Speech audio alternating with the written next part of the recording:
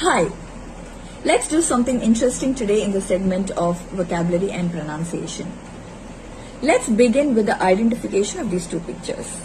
How will you pronounce this word and this word? By any chance, if the pronunciation of both these words are the same, then it's very likely one of them is wrong.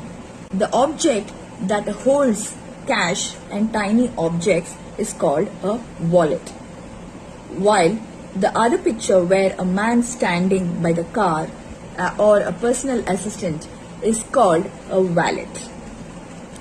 The difference between the two words is in the pronunciation of the first letter of the word. So the difference is, to pronounce W words, there is a puff of air that comes out of your mouth, while the words that begin with V do not have to go through that. The words that begin with V are more flat sounding, like wet, vehicle. So you don't have to give the puff of air for the V words. Whereas for the words that begin with W, this puff of air is essential in order to sound nice.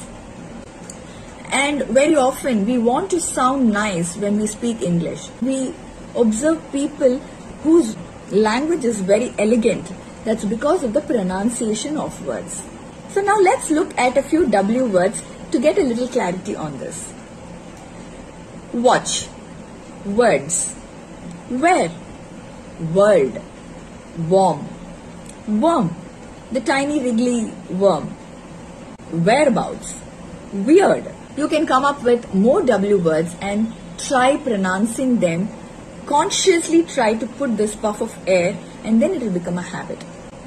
Whereas we have the V words which can remain flat, like vet, veterinary, vehicle, village, vast. These words do not require the puff of air in your mouth. You just have to use the front portion of your mouth and utter the words. So this subtle difference can make a big difference to sound nice and elegant while speaking in English. Comment some words that you have practiced for W and for V.